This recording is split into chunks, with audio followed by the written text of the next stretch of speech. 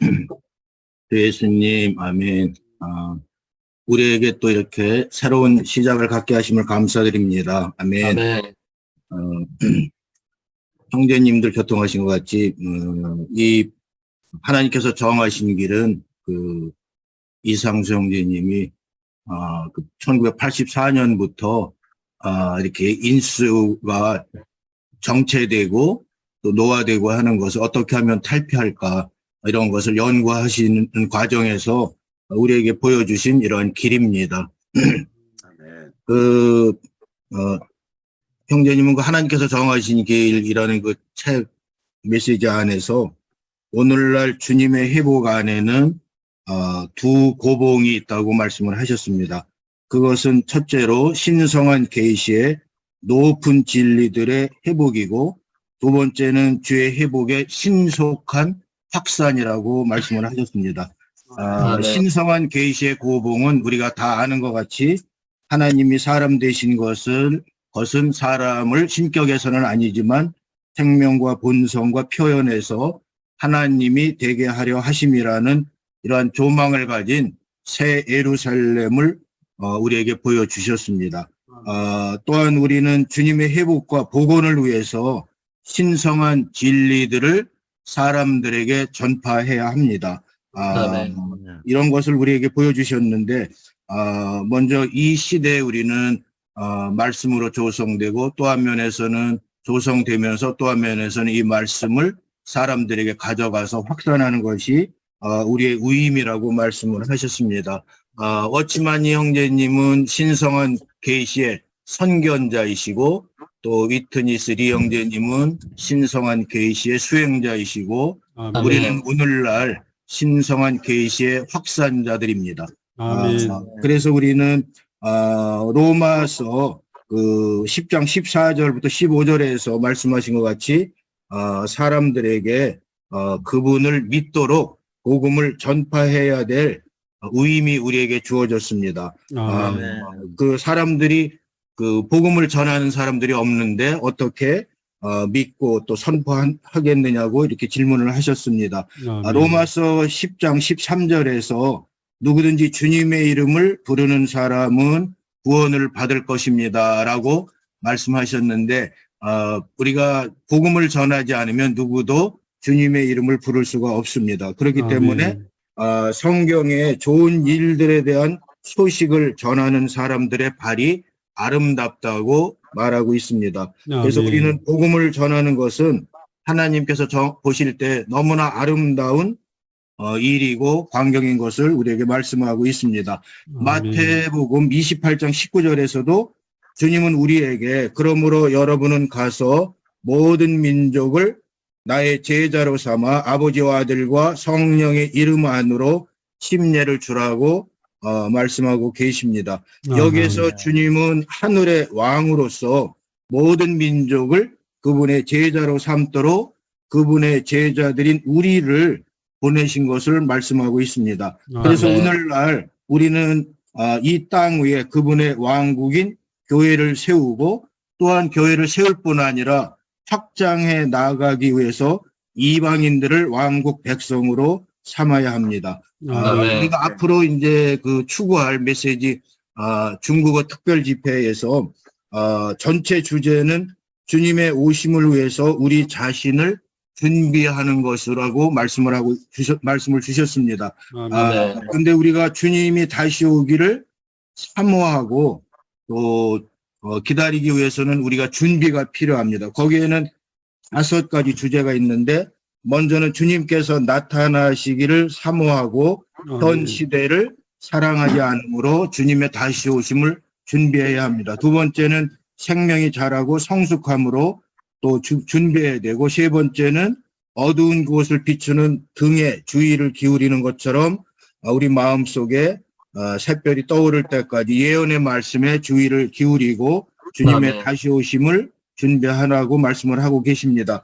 또한 네 번째는 신실하고 현명한 노예가 되어서 주님의 다시 오심을 준비하라고 말씀하고 계십니다. 다섯 번째는 부흥된 생활을 살고, 우리가 매일 아침 부흥된 생활을 살고 목양하는 수고를 함으로 주님의 다시 오심을 준비하라고 말씀하고 있습니다. 우리가 지난 3월 5일 날 경인권역 봉사 집회가 이제 부천 교회에서 있었습니다. 거기에서 우리는 5번째 메시지 바로 이 왕국 복음을 사람들에게 전파하는 것에 대해서 함께 추구하고 누리고 모든 교회들이 이를 위해서 함께 전진하도록 함께 격려를 했습니다.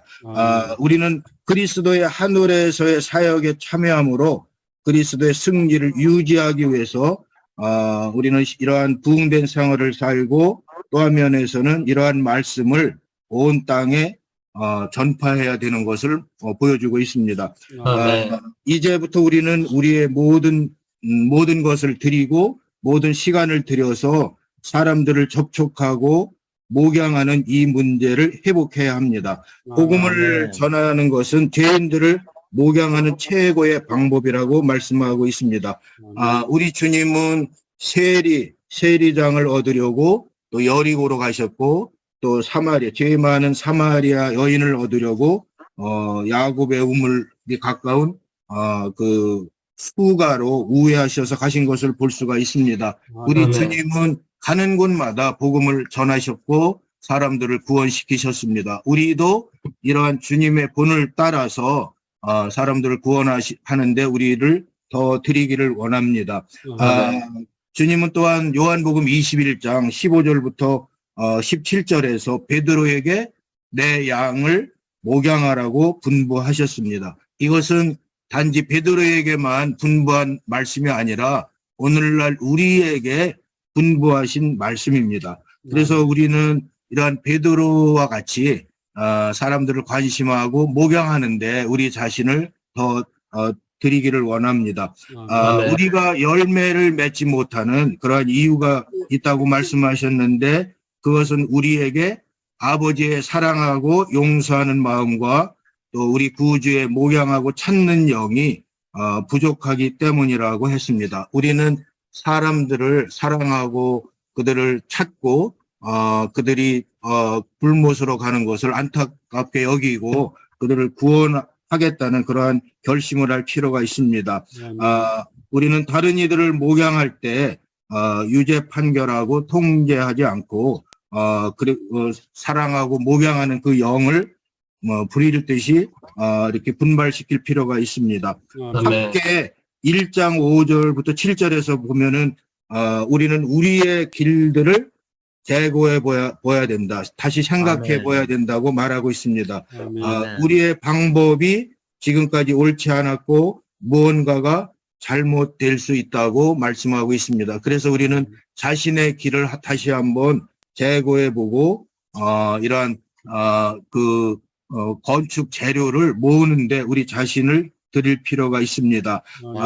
포로 되었다가 돌아온 이들, 우리가 이번에 그 에스라와 느헤미야에서 본 것처럼 돌아온 이들은 하나님의 집은 돌보지 않고 자신들의 집만 돌보았다고 학계는 책망을 했습니다. 오늘날 우리의 복음 전파는 하나님의 집을 건축하는 재료들을 모으는 것입니다.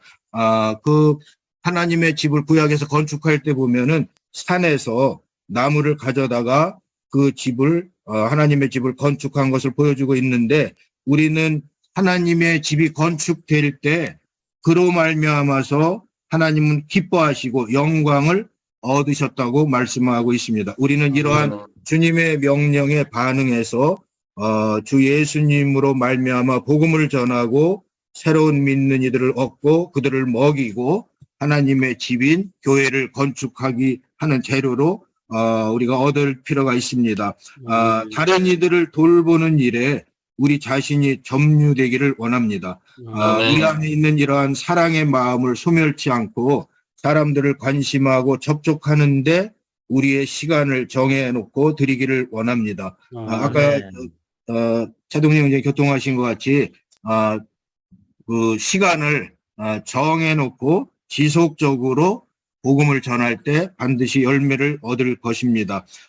이번 집회를 통해서 하나님께서 정하신 길의 기초가 되는 복음의 구조가 세워지고 모든 형제 자매님들이 남아있는 열매를 맺는 그러한 계기가 되기를 원합니다. 금년 한 해에 모든 지체들이 한 명 이상의 열매를 맺기를 원합니다.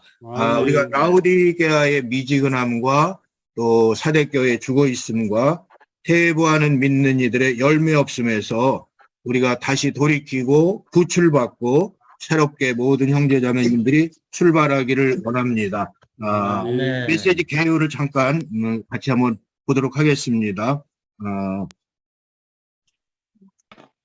신약의 복음의 제사장 직분을 실행하기 위해 필요한 분명한 단계들. 아멘. 6페이지 보겠습니다. 아멘.